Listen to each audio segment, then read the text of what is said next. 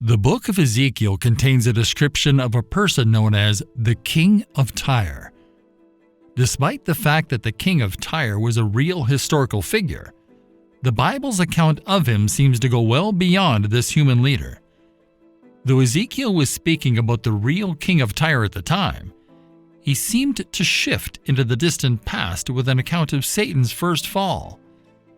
Tyre's prince is featured in the first part, while Tyre's king is featured in the second. When you look closely, you can see that the prince of Tyre was a human being.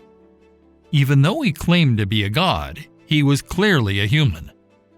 Tyre's king, on the other hand, was unmistakably not a human being. This chapter gives us a glimpse into Satan's workings. We have a human ruler, the prince of Tyre, and a satanic ruler, the king of Tyre, behind him in the unseen realm. The human ruler is little more than a puppet, whose movements are dictated by strings from the invisible realm. When you start to see this truth, history and politics take on a whole new meaning. Tyre is regarded to be one of the Phoenician coast's earliest settlements, having been founded long before the Israelites arrived in Canaan. Tyre's ancient beginnings are confirmed by Isaiah as from days of old. Tyre's history is more substantial than that of neighboring Sidon, which is thought to be the oldest Phoenician city. Tyre means rock, which is a fitting explanation for the rocky coastal fortification. Tyre flourished as a marine metropolis and a bustling economic center in ancient times. The world-famous purple dye was the area's most important export at the time. The word of the Lord came to me, Son of man, say to the ruler of Tyre, this is what the sovereign Lord says. In the pride of your heart you say, I am a god. I sit on the throne of a god in the heart of the seas. But you are a mere mortal and not a god, though you think you are as wise as a god.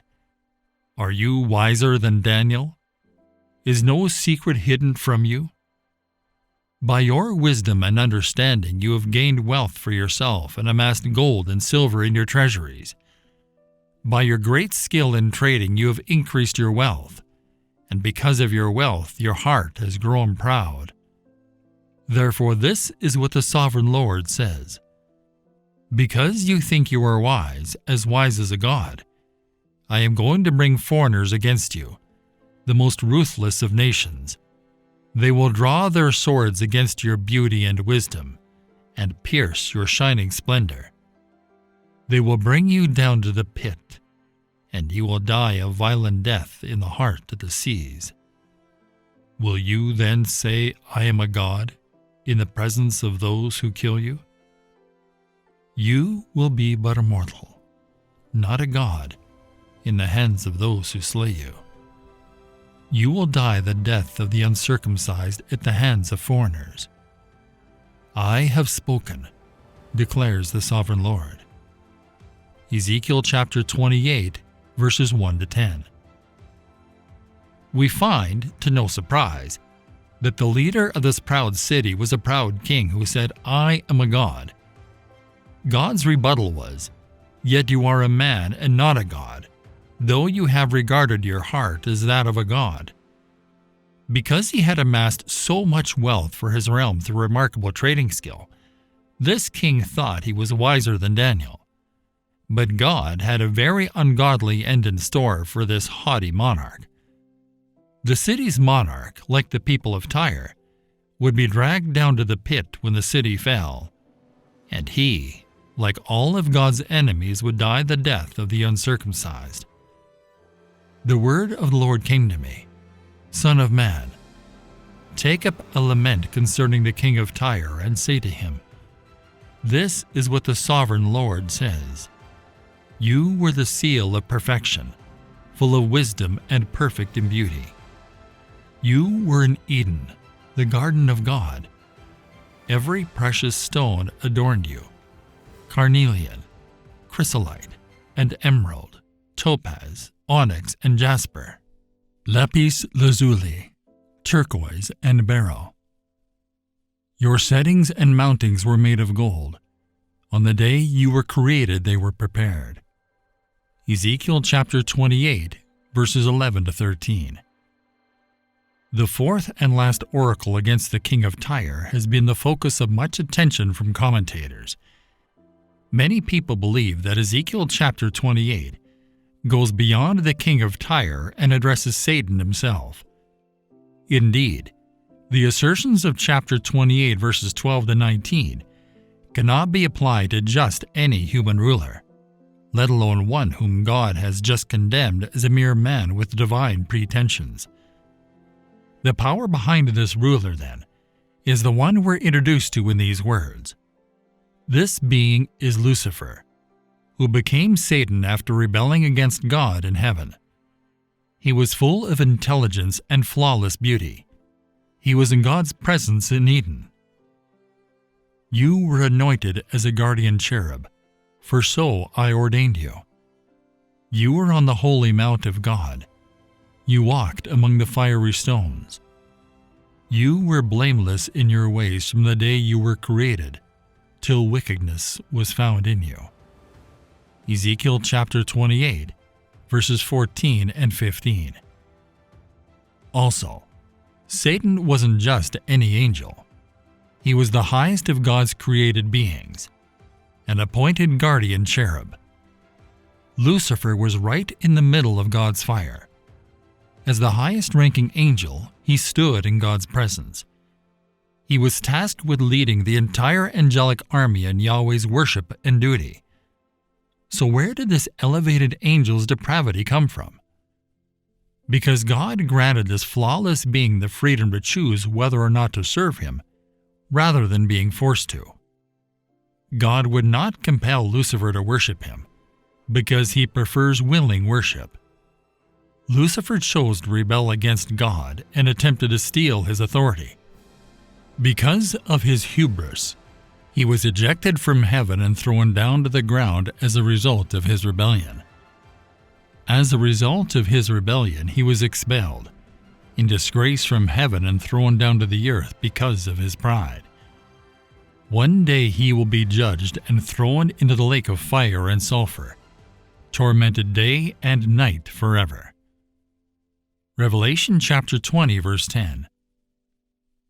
The devil who deceived them was cast into the lake of fire and brimstone, where the beast and the false prophet are, and they will be tormented day and night forever and ever. Through your widespread trade you were filled with violence, and you sinned. So I drove you in disgrace from the mount of God, and I expelled you, guardian cherub, from among the fiery stones. Your heart became proud on account of your beauty, and you corrupted your wisdom because of your splendor. So I threw you to the earth. I made a spectacle of you before kings. By your many sins and dishonest trade you have desecrated your sanctuaries. So I made a fire come out from you, and it consumed you. And I reduced you to ashes on the ground in the sight of all who were watching. All the nations who knew you are appalled at you. You have come to a horrible end and will be no more. Ezekiel chapter 28, verses 16 to 19. Admittedly, this is a difficult passage to interpret. There are many who believe that this is a description of the account of the original fall of Satan. What can we learn? We can learn the following things about this angel. Number 1. Full of wisdom, perfect in beauty. This angel, like everything else God made, was perfect when it was first created. Not only that, but he appeared to be especially attractive. Number 2. This angel lived in Eden. Number 3. Anointed cherub that covered. This could mean that this angel was in charge of all the other angels. The cherubim, along with the seraphim, appear to be heavenly beings of the greatest degree. The title of anointed cherub denotes the greatest rank among the cherubim. The term "that covered" reminds us that the cherubim guarded the Ark of the Covenant, which was placed close to God's presence. All of these factors appear to point to this personage having the greatest rank of any created being in the cosmos. However, it's probable that the anointed cherub isn't describing the person in question, but rather the king of Tyre, whom the anointed cherub was defending. Number 4. Was in God's holy mountain. The statement here refers to the dwelling place of God, His visible glory. This angel was in the Lord's close presence. Number 5. Walked in the midst of stones of fire. The stones of fire seem to speak of the nearness to God's throne. When Moses brought Aaron, Nadab, Abihu, and 70 of the elders up to Mount Sinai to see God's presence, we read the following. And they saw the God of Israel, and there was under his feet as it were a paved work of sapphire stone, and as it were the very heaven for clearness. And the appearance of the glory of the Lord was like devouring fire on the top of the mount in the eyes of the children of Israel. Exodus chapter 24, verses 10 to 17. And they saw the God of Israel, and there was under his feet as it were a paved work of sapphire stone, and as it were the body of heaven in his clearness. And upon the nobles of the children of Israel he laid not his hand. Also they saw God, and did eat and drink. And the Lord said unto Moses, Come up to me into the mount, and be there, and I will give thee tables of stone, and a law, and commandments which I have written, that thou mayest teach them. And Moses rose up, and his minister Joshua. And Moses went up into the mount of God. And he said unto the elders, Tarry ye here for us, until we come again unto you. And behold, Aaron and Hur are with you. If any man have any matters to do, let him come unto them. And Moses went up into the mount, and a cloud covered the mount. And the glory of the Lord abode upon Mount Sinai, and the cloud covered it 6 days. And the 7th day he called unto Moses out of the midst of the cloud. And the sight of the glory of the Lord was like devouring fire on the top of the mount in the eyes of the children of Israel.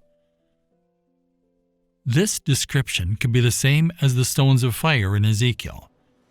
If so, it could indicate the nearness this angel had to the throne of God. Number 6. Perfect in all his ways until his fall. The perfection of this creature is again stressed. Number 7. He was lifted up with pride because of his beauty. This creature was hoisted up with pride because of his wonderful beauty. On the matter of pride, the Bible has a lot to say. Pride goes before destruction, and a haughty spirit before a fall.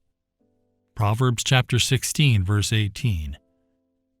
Lucifer was so taken with his own beauty, brilliance, power, and position that he began to crave the respect and glory that only God deserved.